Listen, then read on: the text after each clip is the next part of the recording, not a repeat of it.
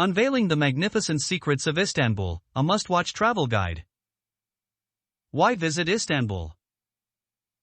Istanbul, which connects East and West, Europe and Asia, has a rich and intricate history. The illustrious history of this city, which served as the Ottoman and Byzantine Empires' respective capitals, has left us with several monuments to treasure. Additionally, it combines elements of its past and present to provide an unusual mix of design, such as a glass tower adjacent to a Byzantine church or a vibrant bazaar beneath a shopping center. The surrounding environment is likewise magnificent. The city is divided in two by the Bosphorus, a strait that joins the Black Sea in the north with the Sea of Marmara in the south. Visitors may see a skyline of modern buildings, steeples, and domes from the azure waters. Make sure to hit the follow button, give us a thumbs up, and leave your thoughts down below if you're new here. Istanbul appears calm from a distance, but the interior is delightfully hectic. Discover the crowded bazaar stalls and bustling streets that have defined the city for hundreds of years. You'll be unable to process the sights, sounds, and smells as drivers jostle for place and shops haggle in a barrage of conversation. In relation to odors, as you explore, sample some of the street cuisine, including doner, which is Istanbul's take on fast food. And as night falls, you'll see that Istanbul loses some of its formal facade to expose a vibrant nightlife. Istanbul has long been a crossroads of cultures and continents, and it continues to astound tourists with its quick pace, rich past, and vibrant present. Istanbul's best times to visit. Istanbul is best visited in the months of March through May and between September and November. Attraction crowds are reasonable, hotel costs are typical, and daytime temperatures are often in the 60s and 70s around that time. The temperatures spike into the low 60s to low 80s during peak season, which runs from June through August, while lodging costs rise to keep up with the demand from incoming tourists. The least expensive months to travel are December through February, but because of Istanbul's wet, snowy, and frigid weather, highs in the 30s to high 50s, you'll need to pack an umbrella and wear appropriate clothing. Best things to do in Istanbul. Istanbul's elaborate palaces and places of worship could keep history lovers and cultural vultures busy for weeks. Although Taksim Square and Ortaköy are located in Beyoğlu and Beşiktaş, respectively, and Ortaköy and Dolmabahce Palace are in Beşiktaş, respectively, the majority of attractions are concentrated in the Fatih neighborhood. Although the Blue Mosque and the Hagia Sophia Museum are important, strolling the city streets and taking in the local culture are as fascinating. Because food plays a significant role in the culture, menus should be examined with the same seriousness as a map, which is also essential. And if you're searching for souvenirs, you should check out the numerous bazaars in the area, but if you only have time for one, be sure to go to the biggest and most well-known, the Grand Bazaar. Blue Mosque, Sultanahmet Camii. Most people would say that Sultan Ahmed I succeeded in his goal of constructing a mosque that equaled the adjacent Hagia Sophia, or at least came close to doing so. Sultan Ahmed I was driven to do so. The Blue Mosque has been quite the sight to see since the early 1600s, with a variety of domes, semi-domes, and minarets, or skinny towers. Additionally, it ranks highly among Istanbul's tourism attractions. This mosque, according to visitors, has stunning architecture both inside and out. However, it can get busy, so think about getting there early. Also, keep in mind that the Blue Mosque is a functioning place of worship, so dress appropriately. Women should follow tradition and don headscarves. You can borrow one from the mosque if you forgot to bring one. The Sultanahmet neighborhood of Fatih is home to the Blue Mosque. Several Bağcılar tram stops, as well as popular destinations like the Grand Bazaar and the Basilica Cistern, are accessible on foot from this location. The building is open 24 hours a day, but it is closed 6 times a day for prayers. The position of the sun determines the precise prayer timings. A current schedule is available on the Namaz Vakti website. There is no entrance cost, and restrooms, a cafe and a gift shop are available inside.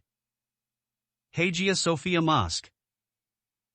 The Hagia Sophia draws large numbers of visitors because of its magnificent interior vistas, breathtaking architecture, and historical significance. The structure, constructed between 532 and 537, housed a church for about 1,000 years. From 1453 through 1935, it was used as a mosque before becoming a secular museum. In 2020, the structure reopened as a functioning mosque.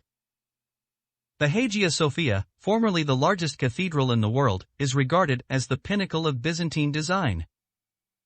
Visitors advise getting a guided tour to learn more about the history of the location and claim it is a must-see when in Istanbul. Grand Bazaar, Kapalı Çarşı.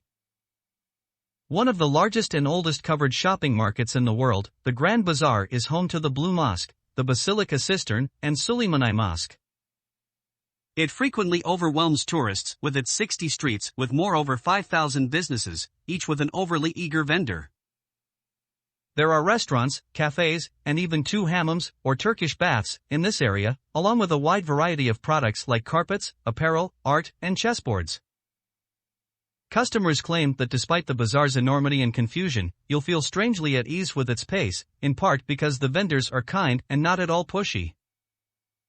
However, keep in mind that Westerners frequently receive higher prices here, so be prepared to haggle. When a customer declines to pay the full price, the majority of retailers will reduce their prices by as much as 50%. Furthermore, although the majority of businesses accept credit cards, additional discounts are frequently offered to customers who pay in cash. The Grand Bazaar is located in Eminönü, a section of the famed Fatih neighborhood.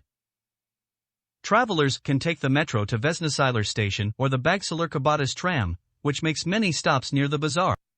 The Grand Bazaar is open from 9 a.m. to 7 p.m., Monday through Saturday, and entrance is free all the time. Traveling in Istanbul.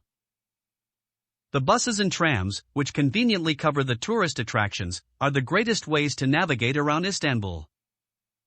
But keep in mind that buses don't have internal maps and that the drivers don't announce stops, so you'll need to be careful and pay attention to where you're going.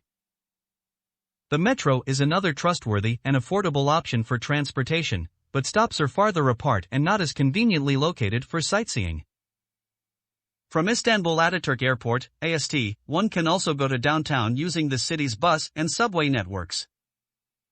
It is possible to walk between the area's attractions when you are in Sultanahmet and Eminönü, but you will need to use a different method of transportation to get to other areas. Driving is strictly discouraged due to the presence of road signs. Turkish and accidents are fairly common. Ferries are also available to get to the Prince's Islands and between the European and Asian sides. By foot.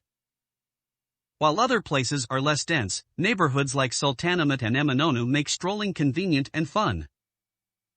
Explore the lanes and bazaars on foot without a doubt, but if you need to travel farther, board a bus or tram. Also, make sure you have a good map with you. Bus. The bus system in Istanbul, which is run by the Istanbul Metropolitan Municipality, is quite efficient and covers the entire city. You should be aware of your destination before boarding a bus, because they lack maps.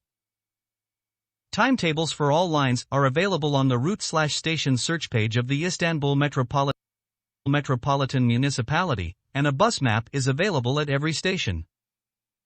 The majority of buses operate every day from 6 a.m. until midnight. You'll want to board the tram when you see it darting through the streets.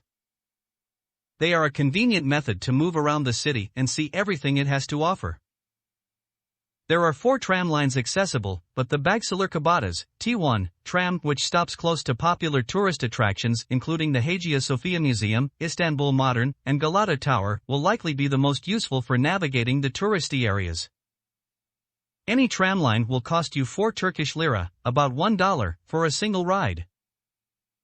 Each tram trip costs 2.30 Turkish lira, 50 cents, using an Istanbulkart card.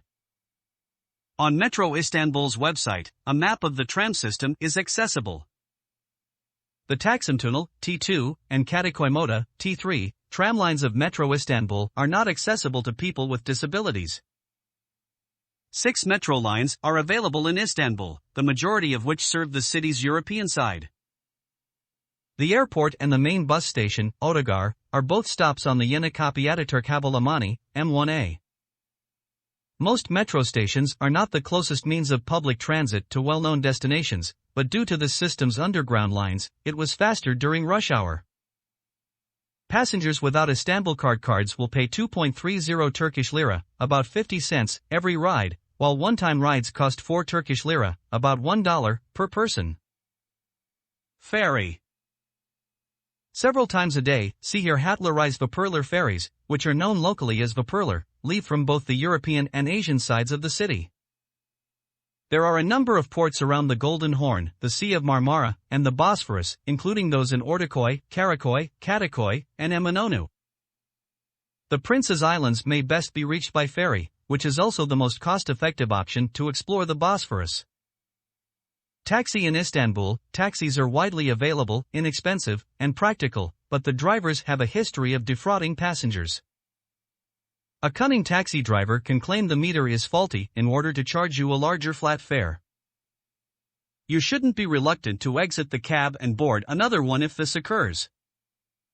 It may also be useful to write down and show the driver the address of your final destination, since this will make communication much simpler.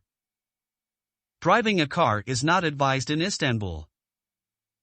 Istanbul's traffic is frequently sluggish and clogged, distances are expressed in kilometers, parking is few, and gas prices are high.